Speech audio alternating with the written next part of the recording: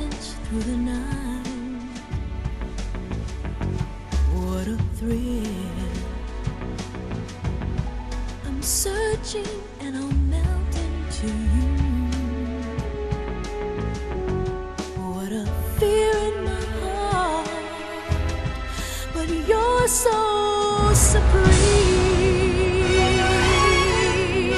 I give my life, not for honor, but for you. In my time, there'll be no one else. Crime, it's the way I fly to you. I'm still in a dream, snake eater. Someday you go through the rain, and someday you'll feed on a tree frog.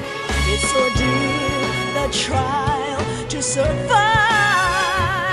For the day we see new light,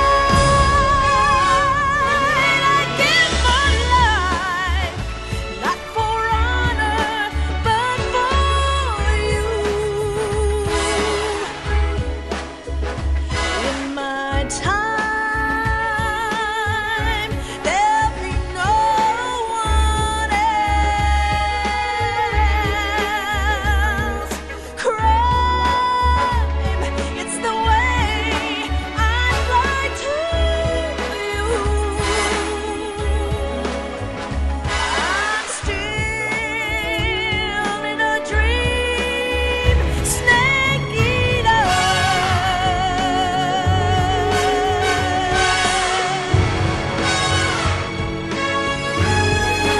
I'm still in a dream, snake eater.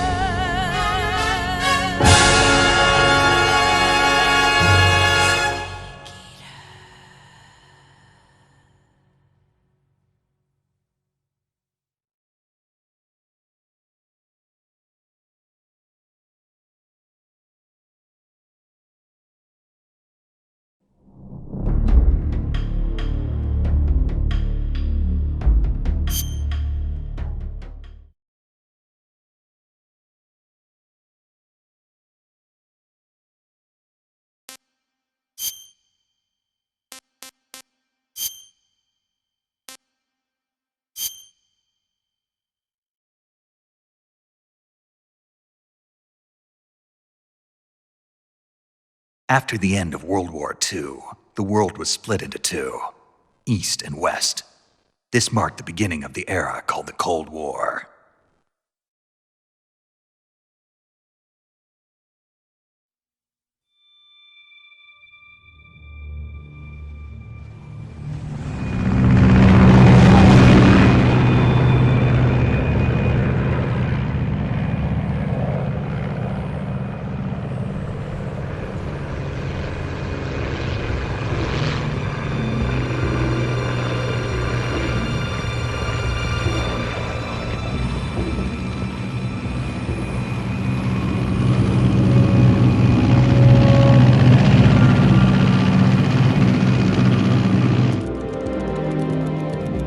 Flying over Pakistan, altitude 30,000 feet. Approaching Soviet airspace. 20 minutes to drop off. Commencing internal depressurization. Equipment check. Arm main parachute. All right. You ready to go? Drop zone still showing a high pressure mass. Cav okay. Good. We've got high visibility.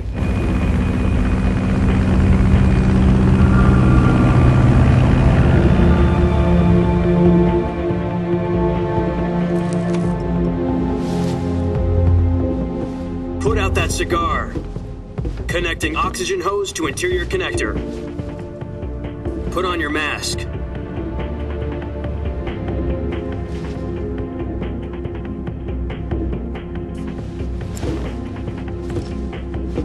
Does this panty waste know what he's doing? Approaching release point. 10 minutes to drop off. Hey, are you deaf? He said put out the cigar and put on your mask.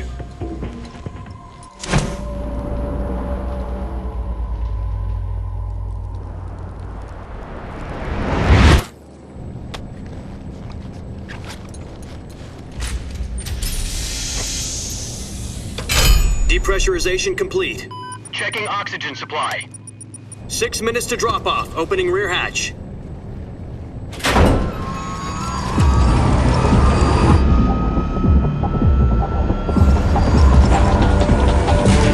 Sunrise.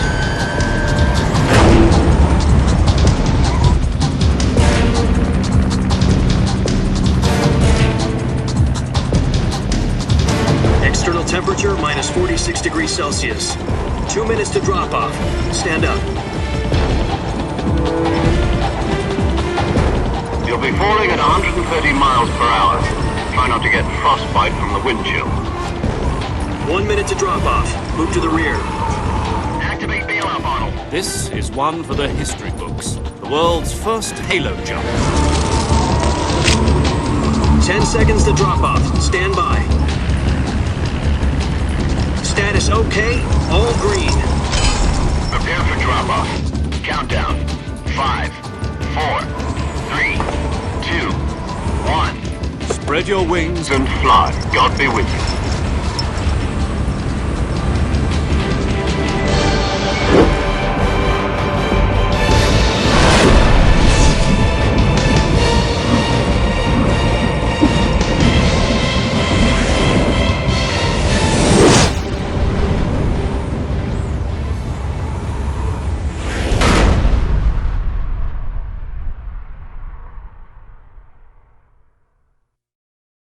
Jack, I've got some important news.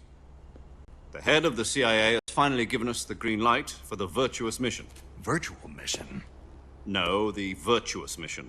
The future of our Fox unit depends on it. If it succeeds, we'll be officially organized into a unit. Virtuous mission? Sounds like some kind of initiation ritual. You know, don't get cocky. This isn't a training op. Right. So what exactly is this wonderful mission? Well, about 2 years ago, a certain Soviet scientist requested asylum in the West through one of our moles. His name is Nikolai Stepanovich Sokolov. He's head of the OKB 754 Design Bureau, one of the Soviets' top-secret weapon research facilities, and the East's foremost expert on weapons development. Sokolov? Isn't he that famous rocket scientist? The very same. On April the 12th, 1961, the Soviets achieved the first manned spaceflight in history. The Earth was blue, but there was no God. Well spoken. The rocket that carried Yuri Gagarin to orbit was the A-1, known as the Vostok rocket. Sokolov is said to be the man most responsible for the multi-engine cluster used in that rocket. After Gagarin's flight, Sokolov left rocket development to become the head of the newly established Design Bureau. From a lowly technician to head of a design bureau, that's quite a success story, so why do you want to defect? It seems he'd become afraid of his own creations. Afraid? Call it a crisis of conscience. And for that, he left his country and his family behind and went over the fence? Not exactly. One of his conditions was that his family was also to be taken safely to the West. We used a mole to get the family out first and succeeded in sneaking Sokolov over the Berlin Wall shortly afterwards. I was the one who conducted the operation. The security on the eastern side was still full of holes back then. Then what? We got Sokolov over in one piece, but the whole ordeal had left him exhausted, and we checked him into a hospital in West Berlin. It took him 2 weeks and more than 600 miles to get from the research facility in the Soviet Union to Berlin. He was in no condition to say anything coherent. And it was only a week later that we had something much bigger on our hands. The Cuban Missile Crisis. October the 16th, 1962, President Kennedy received word that the Soviets were in the process of deploying intermediate-range ballistic missiles in Cuba.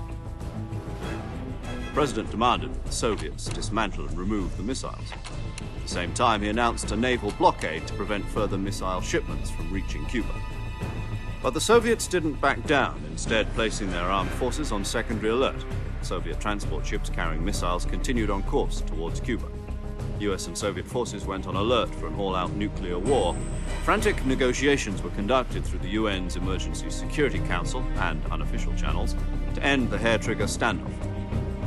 Finally, on October the 28th, the Soviet Union agreed to remove its missiles from Cuba. And so the world avoided a nuclear holocaust. But in order to get the Soviets to pull their missiles out, we had to make a deal. You mean the one where the US agreed to remove its IRBMs from Turkey? No. The Jupiter IRBMs deployed in Turkey were obsolete, and we were going to get rid of them anyway. They had no strategic value whatsoever to either the US or the Russians. The Turkey deal was a ruse, a cover story that was fed to the other intelligence agencies around the world. So what did the Russians really want? Sokolov. They wanted us to return Sokolov. You mean the Soviets pulled out of Cuba just to get their hands on Sokolov? That's right. What the hell was he working on? At the time, we had no idea. We were running out of time. It was either give up Sokolov or risk full-scale nuclear war. In the end, we had no choice. President Kennedy gave in to Khrushchev's demand.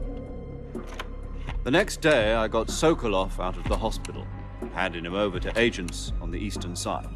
Sokolov kept on screaming, "Save me," until he disappeared from my sight. Then, a month ago, we received some new information from one of our moles. About Sokolov? Yes. He was taken back to the research facility and forced to continue working on the weapon in question under KGB supervision. What's more, it's on the verge of completion. So what kind of weapon is it? Something to do with space rockets? No, missiles. Same technology. I guess you're right. We don't know the details, but it appears to be a new kind of nuclear device. For half a year now, the Soviets have been conducting frequent nuclear tests at Semipalatinsk. Something to do with the weapon, I assume. We're talking about a secret weapon so big that Khrushchev was ready to pull out of Cuba to get it back. Is Sokolov still in the facility? No. According to our intelligence, he's in Selinoyarsk, a place in the mountains about 3 miles to the west that's known as the Virgin Cliffs. The Virgin Cliffs. Nice name for a virtuous mission. They moved him there just recently. Why? Apparently, they're conducting a field test of the weapon, but it's our best chance to get him back. This mission would never have been possible if he was still in the research facility. This is our last chance. Sokolov must have known that too when he contacted us.